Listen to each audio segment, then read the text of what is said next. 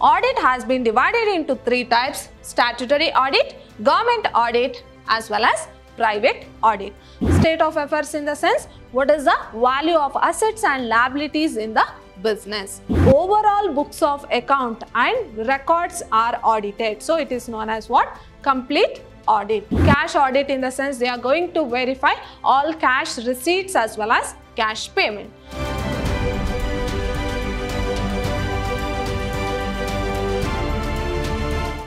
Hello everyone. Today we are in the fourth session of Unit 1 Introduction to Auditing. I am Harshita, lecturer, Department of Commerce, Vidyashram First Grade College, Temple of Excellence, Mysore.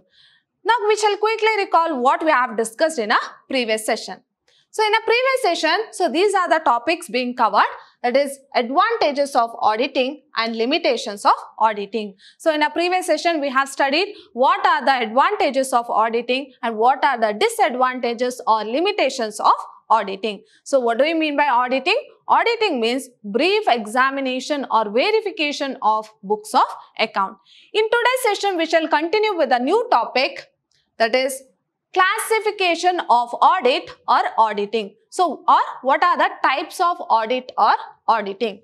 Now, audit can be classified into different types. So, here audit has been classified into four main types, that is classification of audit on the basis of organization structure. So, how the auditing has been classified based on organization structure, and the second one is classification of audit on the basis of degree of independence of the auditor. So, how the auditing has been classified on the basis of degree of independence of whom?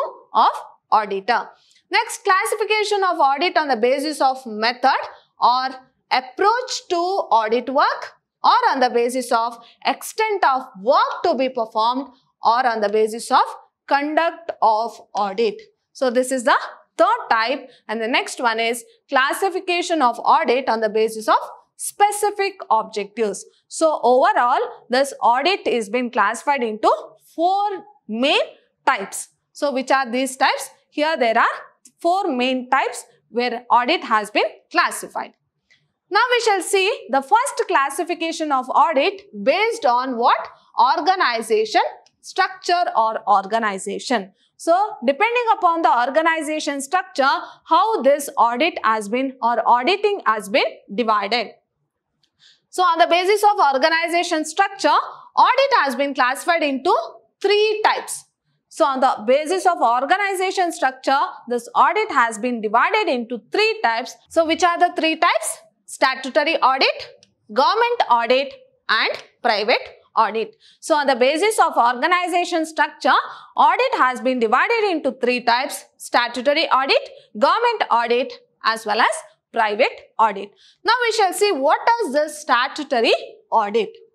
So, statutory audit refers to audit of the accounts of the business enterprise carried out compulsorily. So, here you have to remember, it is carried out compulsorily under the provision of statute or law. Now here, this is a type of audit where it is carried out compulsorily as per law or statute. So that is known as what? Statutory audit. So what is statutory audit? Auditing which is done compulsorily as per law or statute is known as statutory audit. Quickly we shall see what are the features of statutory audit. So, statutory audit is compulsory under law. So, as I told, as per law, we are doing auditing. So, that is known as what? Statutory audit. So, it is compulsory under law. And it is required to conduct by a qualified auditor. A normal individual cannot do the auditing process. So, he should have some knowledge about accounting as well as auditing process. So, he should be a qualified person. Next, in case of statutory audit, the rights, duties and liabilities of the auditor are governed by whom? Statute or law. So, this I have already told you. Here, auditing takes place as per law. So, whatever the duties or rights as well as liabilities of an auditor should be according to law only. And he should be a qualified auditor and applicable to the undertaking. So, it should be according to law. Next, statutory audit is an independent audit. So what do you mean by independent audit? Here, a person or an individual inside the organization cannot do auditing. So he should be an external auditor, or he should be an independent person who is outside the organization, and he should not be linked to the organization. So he should be some strange person. So external or statutory audit is an independent audit. Next, statutory audit is an external audit. So this I have already told you. A person who is not related to the organization is being appointed by the organization, and he will come and he will do the auditing process. Next, statutory audit must be complete or full audit, and it cannot be a partial audit. So here, if the auditing is done in an organization, they can't do partially. So whole account has to be audited fully. So this is all about statutory audit. So what are the points to be remembered here? So this is according to law. So the auditing which is done according to law or statute is known as statutory audit, and it should be done by a qualified person, and whatever the rights, duties and liabilities of an auditor should be as per law. And he should be an independent person who is not linked with the organization. And it is an external audit. So it is not done inside the organization. So it is done outside the organization. Then what we discussed, so it should be a complete audit and it should not be a partial audit. So half of the account cannot be audited. So full accounts has to be audited. Statutory audit is carried out in a number of organizations. So these are some of the examples for statutory audit. Now for a joint stock company, in a joint stock company, if the auditing has to be done, then it should be done according to Joint Stock Companies governed by the Companies Act 1956. Okay. In the same way, if the auditing is done in bank, so bank company is governed by the Banking Regulation Act 1949. So there are certain law as well as statute for a particular type of organization. So on that only the auditing has to be done. According to that law only the auditing has to be done. Next, insurance company governed by Insurance Act of 1938.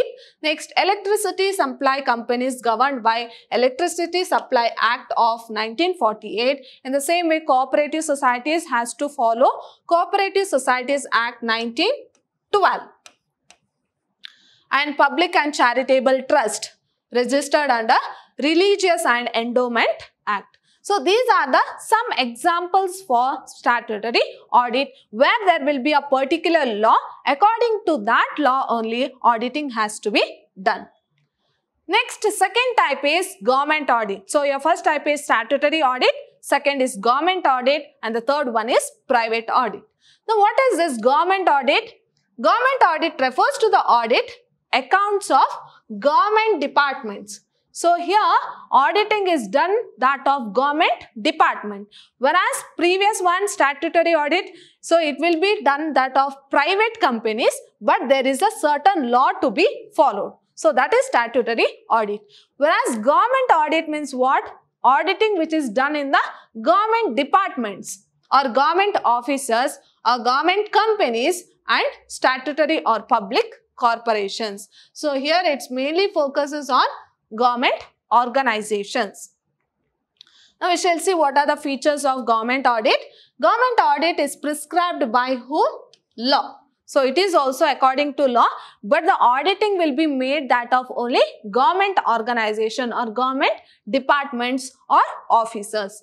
It is conducted either by the Comptroller and Audit General of India and his staff or professional chartered accountant approved by the Comptroller and Audit General of India. So here government employees, government professionals can only do this government audit. Not a private auditor can't do this auditing of a government department. Next, it is an internal audit. So it is done inside the organization by whom? Government professionals. A government audit is a continuous audit. Here auditing is not done once in a while. So it is done continuously. So here the government audit of the government company has to be done continuously, not once in a while. Next is government audit may be classified into 3 types. They are audit of government departments. So this I have already told you. So under government audit, it includes auditing of government departments, auditing of government companies. So there are number of government companies. So the auditing has to be done by the government professionals itself. Then audit of statutory corporations registered as statutory corporations. So these are the auditing. So these are the organization where government audit can undertake. Next, third type is private audit or voluntary audit. Now, the word itself says that private. So, privately if the auditing are made or auditing are conducted, then it is called as private audit or voluntary audit. Where an audit is not compulsory under any statute. So, it is not compulsory under any statute or law, but is undertaken by the owners. So here owner itself voluntarily they are going for auditing process. So it is undertaken voluntarily by the owners to get the benefit of audit is called as private audit. So this is not according to law. Here the owners of the organization voluntarily go for auditing process. So that is called as what? Private audit or voluntary audit. Now what are the advantages of private audit? So audit assures to the owner that the accounts of the business are properly maintained. So whatever the accounts which has been maintained in the organization, so it is accurate. So here private audit means what? Here the owner itself voluntarily goes for auditing process. So that is known as private audit. So why this private auditing is made? In order to check the accuracy of books of account. Next, it provides a moral check. So what do you mean by moral check on the employees? So as I told in the beginning, so here if the auditing work is there in the organization or the accounts has to be verified in the organization, then what the proprietor will do or what the owner will do? He will appoint some employees in the organization in order to check the accounts or in order to go through auditing, right? Now, each and every employee has the responsibility to check a particular type of accounts, right? Here, each and every employee has a responsibility if any mistake has happened in their accounts which is being checked, right? For each and every employee, they will allot the work and each and every employee is responsible for the mistakes if they find in that particular work. So, they will have a fear. They will have a fear that if any mistake is found in the organization, then that particular employee is responsible for that mistake. So that is known as what? Moral check on the employees. Now the employees are fear that of owner that they will find the mistakes in their accounts. So these employees will have the fear of owners that the owner will check the accounts and they will find the mistakes. So they will have a moral fear on the employees through private audit, because here the owner is appointing the private individuals or the employees of the organization itself to check the books of accounts. Next, it helps the owner of the business to know the real profitability. Yes, of course, the main aim of auditing is to know the accuracy of books of account. So thereby they can come to know what is the real profitability of the business and what is the state of affairs. State of affairs in the sense, what is the value of assets and liabilities in the business.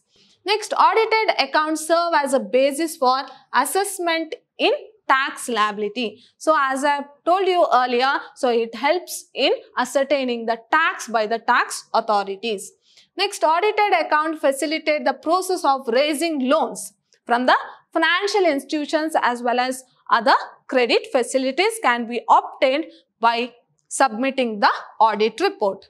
Next, audited accounts help in the settlement of dispute and claim between the partners of the firm. Now, if you take a partnership firm, then what happens? There are a number of partners, and if the accounts are maintained in the organization by the partners, then of course there will be a disputes between the partners, right? So if an auditing is made, then it clears the dispute, because each and every partner will have the confidence that they have audited the account and there is no mistake, and whatever the statement, financial statement they are showing, it is accurate. And the next second type is classification of audit on the degree of independence. So on the degree of independence, how this audit has been divided. So there are two types, internal audit and external audit. So on the degree of independence of the auditor, so there are two types, that is internal audit and external audit. Now we shall see the first type, that is internal audit. Now what is this internal audit? So this is an audit which is done inside the organization, and it is a continuous and systematic review of accounts. So what do you mean by continuous? Here each and every employee is responsible for the mistake which is made in their books of account.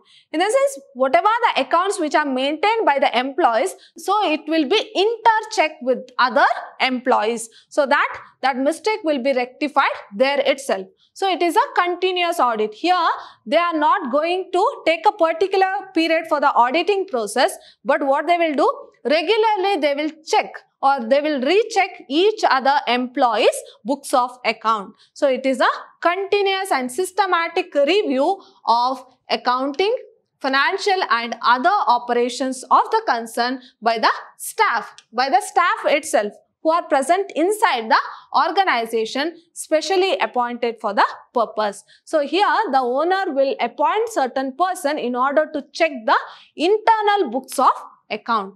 In other words, it is the audit of accounts by the staff specially appointed for the purpose. Next, let us see what are the features of internal audit. It is generally undertaken by large concerns. Why it is undertaken by large concerns? Because there will be large number of transactions, right?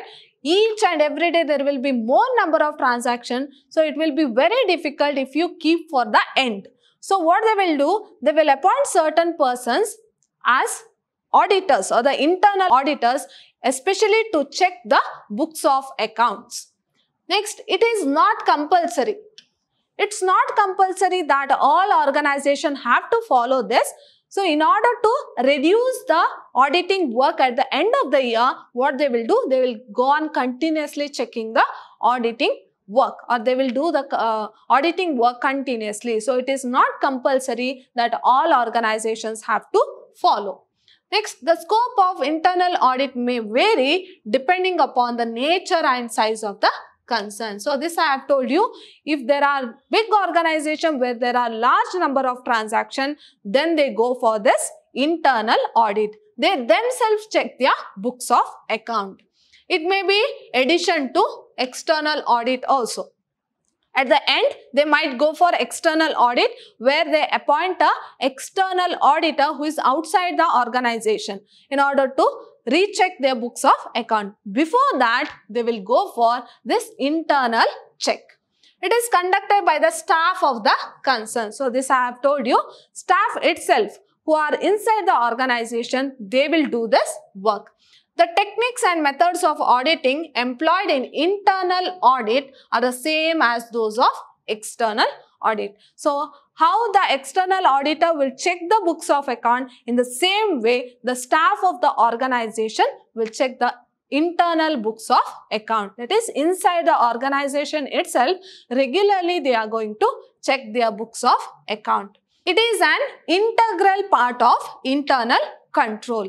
The staff engaged in internal audit is appointed by the management itself. As I told, the manager itself or the management itself appoint a staff in order to do this internal audit. They are responsible for the management. Here, whatever the mistakes or whatever the corrections they are going to do, so they are responsible for the management itself. So they are accountable for management itself, because management have appointed these staffs for internal audit. Now we shall see the second type, that is external audit. So we have learnt about internal audit. So what do you mean by internal audit?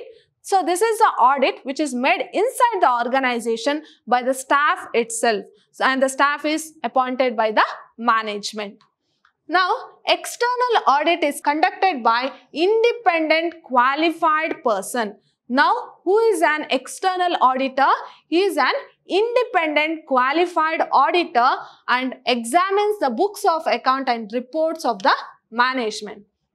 Now, here management is different and the auditor is different. Whereas an internal audit, inside the management itself there will be an auditor.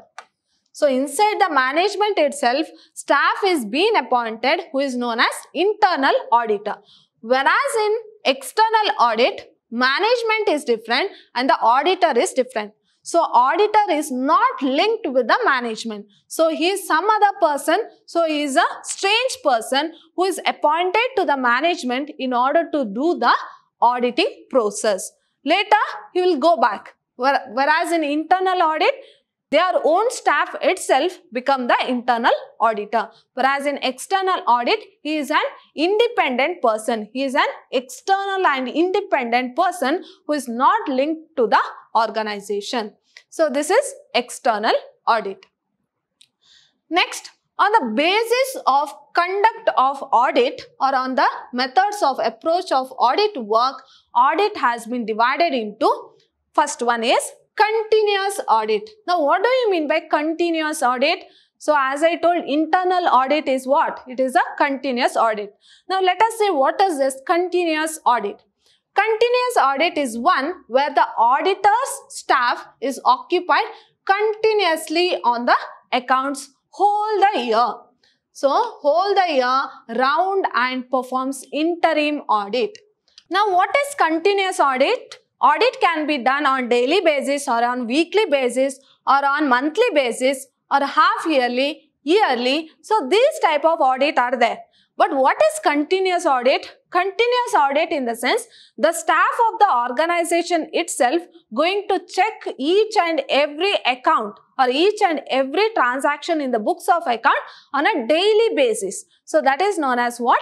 Continuous audit. So, continuous audit is one where the auditor staff is occupied continuously on the account whole the year. So, whole year they are doing that activity only. They are going to check their accounts regularly. So, this happens when the organization is very big and the number of transaction is very large. Okay. So, this happens where there is a number of transaction in big organization. So, each day there will be more number of transaction. So, they have to check continuously. So, that is known as what? Continuous audit. So, it is generally applicable to banking company as well as insurance company, as well as if the organization is very big, then they go for continuous audit. But it is most applicable for banking company and insurance company. Now, let us see what are the advantages of continuous audit. So, the first one is easy and quick discover of errors and frauds. Now, how they can easily discover errors and frauds? Because they are going to do this checking or the auditing work continuously. Daily they are going to check, right? So, it is very easy. If any mistake is made, that mistake will be found in that day itself. So, it is very easy to check the or identify errors as well as frauds. Next, these auditors should have technical knowledge. So, these auditors, since they are going to do their continuous work, so they should have some technical knowledge. Next, quick presentation of accounts. Since they are going to check often and often, so they can present the ultimate financial statement. So, quick presentation of accounts. And the next fourth point is keep the client staff regular. In the sense, the auditing work is done continuously. So, here the staff is also engaged on a regular basis. Next, moral check on the client staff. So, this I have told you. What do you mean by moral check? As I told, the whole auditing work is divided among the employees. So, each and every employee is responsible for the mistakes what they are going to make. So they will have that fear of the owner that if any mistake is found out, the owner will blast. So there will be a moral check. In the sense, these employees will have that fear that if any mistake is made in the books of account, so it will be caught. So they will have a moral check on the client staff. Next, efficient audit. So there will be correctness in the audit where they can do in a particular period of time. And the next one is preparation of interim accounts is very easy. So in order to provide the interim dividend to the shareholders, so this type of auditing is followed, because if the auditing is done on a regular basis, so they will come to know what is the exact position of the business. So it will be able to provide interim dividend to the shareholders. Audit staff can be kept busy. So this all you know, when there is a continuous process in the auditing, so it always leads to busy audit staff. Now let us see what are the disadvantages or limitations of continuous audit. So alteration of figures. So there is a chances. So there may be a chances that this staff may alter the figures. And the next one is dislocation of the work of the client staff.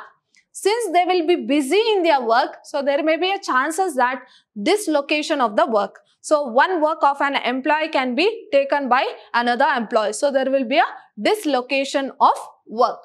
Next, it is quite expensive because since auditing is done often and often or on a regular basis, so here the staff has to be paid, right? So it is quite expensive. Next, queries may remain outstanding. So while doing auditing process, so if the staff have any question, so that question will be carried out till the end of the year. So it remains outstanding. Next, extensive note taking may be necessary. So they have to make note for if the staff have any doubt, so they have to make note. So extensive note taking will happen. So they have to take note for many of the transactions. Next, chance of collusion between client staff and audit staff. So there may be a confusion between client staff as well as audit staff. Next, mechanical and monotonous. Since they are doing their work continuously, so it is always monotonous as well as mechanical. Like a machine, they have to work. They have to do the work regularly. Same type of work they have to do regularly. Now, the second type is final audit or annual or periodical audit. Now, that is what? Continuous audit, where they are going to do often and often. Now, this is final audit. It is an audit carried out after the preparation of financial statement. Whereas continuous audit, whenever the transaction takes place, even they are going to recheck that, right? Whereas here, once the financial statement is been drafted at the end of financial year, then this auditing process takes place. So after the preparation of financial statement, auditing is done. It is an audit where the auditor takes up his work checking the books of account only at the end of accounting year. So this I have told, they are going to check the books of account only once, that is at the end of financial year. In this case, the audit work is commenced and completed in a single uninterrupted session. Here, once they will sit for auditing work till it ends, they will not interrupt. Their work is not being interrupted. Whereas in continuous audit, there will be a confusion among the employees itself. So one work of employee may be done by the other employee. So such kind of confusions will be there. But here, it will be done at the end of the year, and once they sit for auditing process, continuously they will do the work till it end. So this is in single stretch, they will finish the auditing work.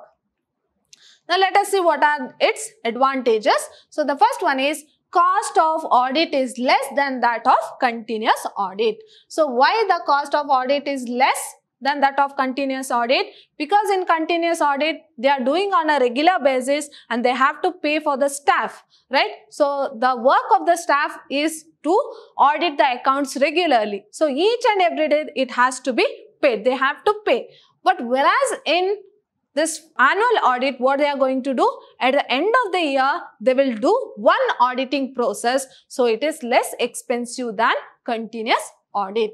Audit work is completed in one continuous sitting. As I told, in one stretch, they will finish all the auditing work, not causing any dislocation. So here there is less chances for dislocation.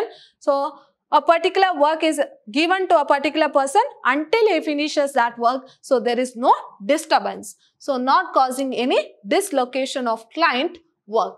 No possibility of alteration of figures. Here they cannot change the figures because they have already maintained financial statements. So that financial statement has to be verified. So no alteration can happen here. It is not mechanical and monotonous.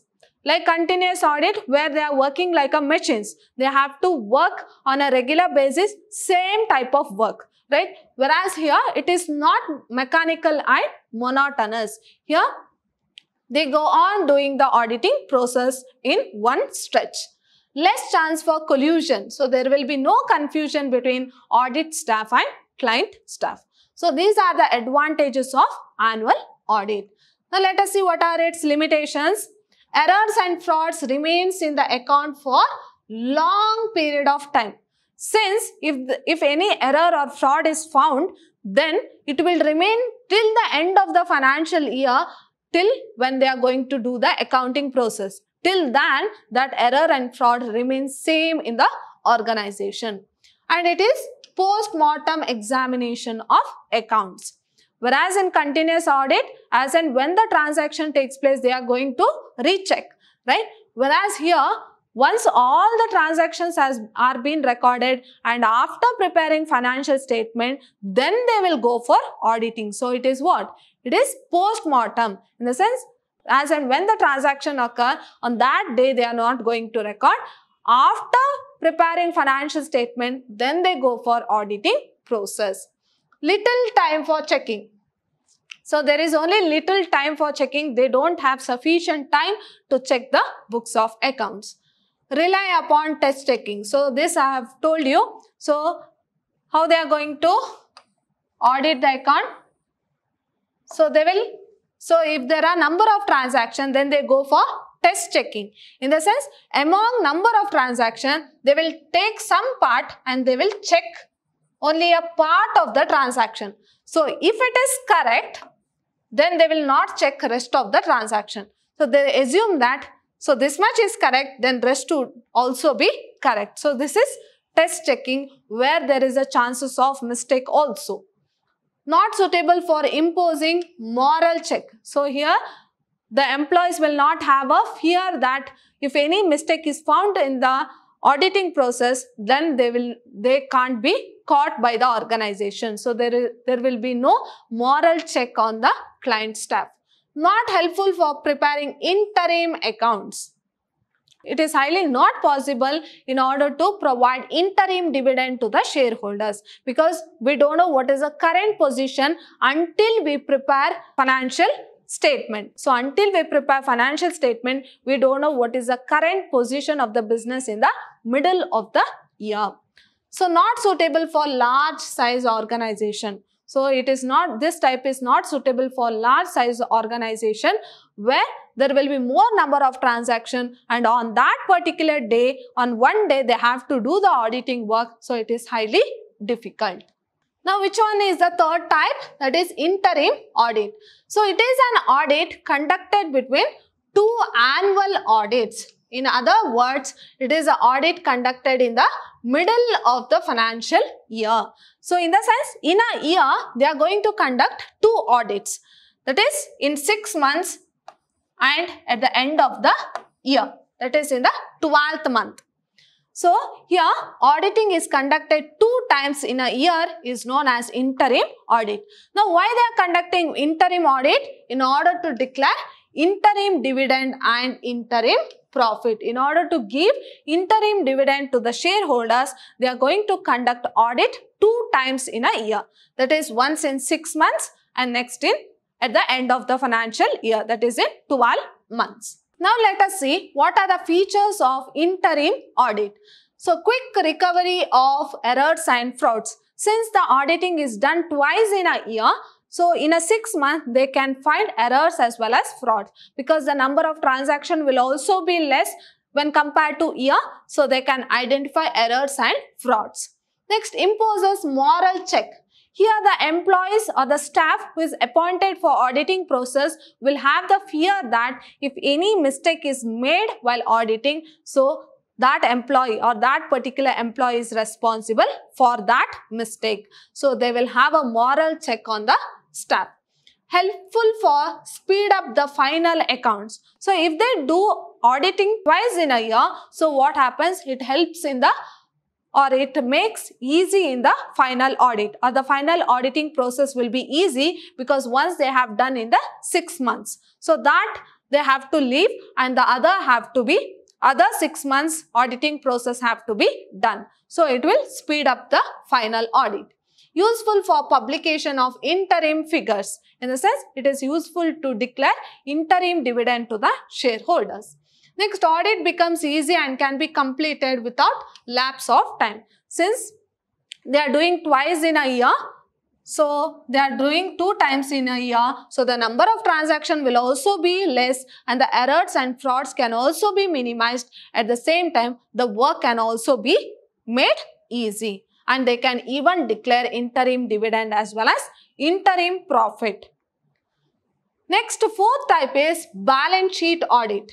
So here the word itself tells that balance sheet audit in the sense going through or examining the balance sheet. That is the assets and liabilities which are there in the balance sheet. So balance sheet audit is an audit type which concentrate mainly on the verification of the items where in the balance sheet. So they are going to verify and examine the balance sheet, such as capital, reserves, profit and loss account balance, liabilities and provisions. So these are the items which contains in the balance sheet. So under balance sheet audit, they are going to clearly verify the items which are included in the balance sheet. So it may be capital or it may be assets, liabilities, reserves, profit and loss account. Particularly, they are going to verify that particular balance sheet.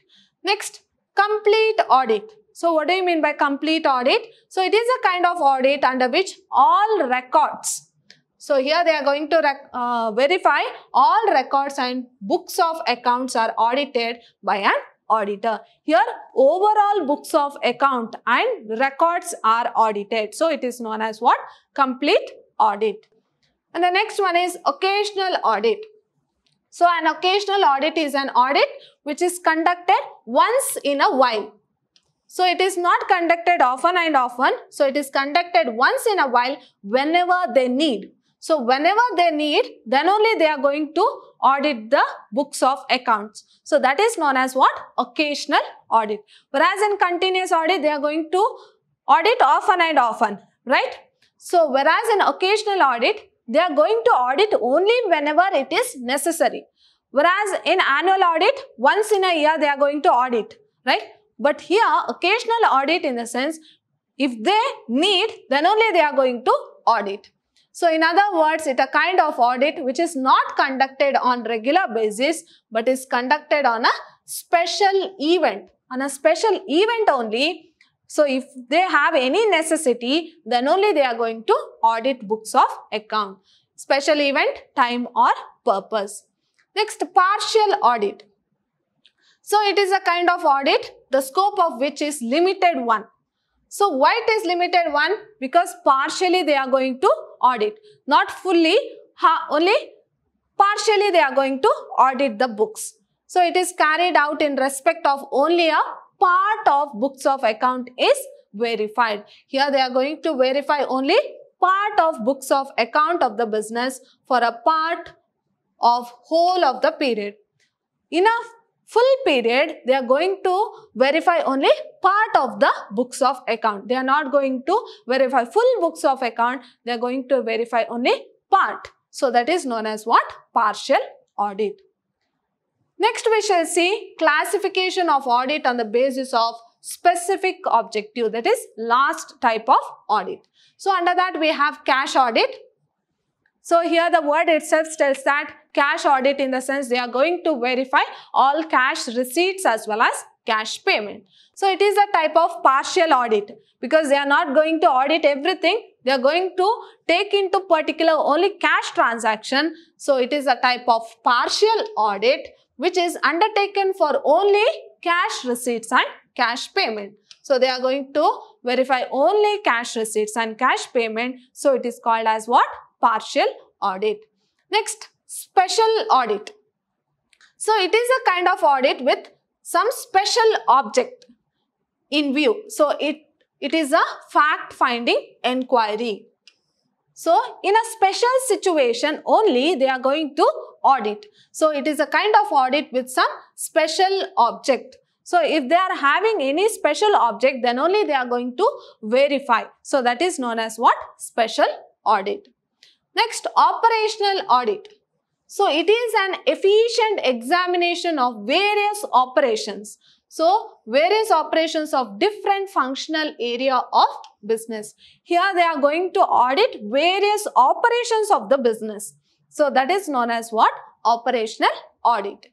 And the next one is proprietary audit. So it is an audit in which various actions and decisions are verified to find out whether in public interest and whether they meet the standard of conduct. So here proprietary audit, in the sense whatever the decision which is taken by the proprietor. So here, as I told, whatever the actions or decisions which is taken by the proprietor, whether it is accurate or not. So that is, in order to verify that, so that is known as what? Proprietary audit. And the next one is efficient audit. So it is an evaluation of overall efficiency. So here overall efficiency of the organization is being audited or it is being examined. So that is known as what? Efficient audit. Next, tax audit. So the word itself tells that it means audit for tax purpose. So the audit which is made in order to levy the tax. So this is the audit conducted for tax purpose. So audit required to be carried out of Income Tax Act of 1961. So here tax audit has to be conducted as per Income Tax Act of 1961. It is conducted by Certified Chartered Accountant. So it is conducted by whom? Certified Chartered Accountant. Then what is tax audit? So tax audit is conducted in order to levy tax. So it is conducted by Income Tax Act of 1961 and it should be conducted by whom? By the certified public or certified chartered accountant. And the next one is cost audit. So what do you mean by cost audit? It is a thorough examination of cost. So here they are going to verify the cost statement which is prepared by the cost accountant. So the person who examines the cost statement is known as what? Cost auditor. Now what is the work of the cost auditor?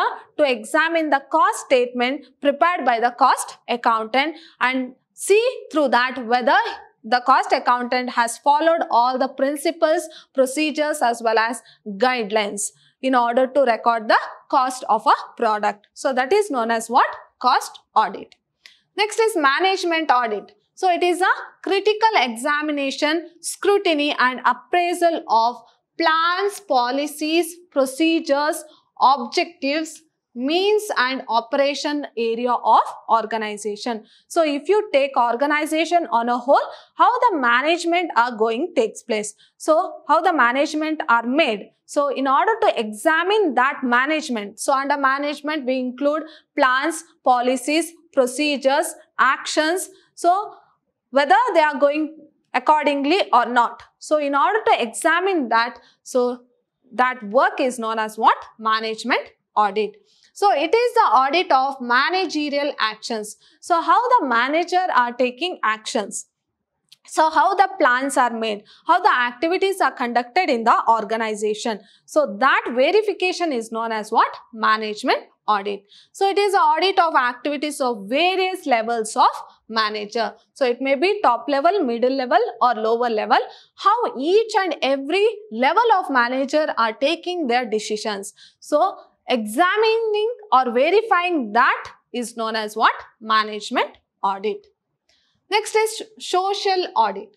Social audit is a systematic study and evaluation of business enterprise. So, social audit in the sense along with economic objective of the business. So, what is the economic objective of the business? To earn profit. Along with economic objective, whether the business is considering social objective also. In the sense, whether it is working for the welfare of the society also. So, examination of that is known as what? Social audit. So, what do you mean by social audit? So, if a business is a profit motive business, along with making profit, whether it is working for the welfare of the society or not. So, along with economic objective, whether it is considering social objective also, that is social service to the people. So, examining of that social objective is known as what? Social audit. So, in my next session, I am going to discuss about qualities of an auditor. So, my dear students, in today's session, we have learned various types of audit. So, in my next session, I am going to continue with the same topic. So, under that, we are going to learn qualities of an auditor. My dear students, hope you have understood types of audit. See you all in my next session. Till then, take care. Thank you.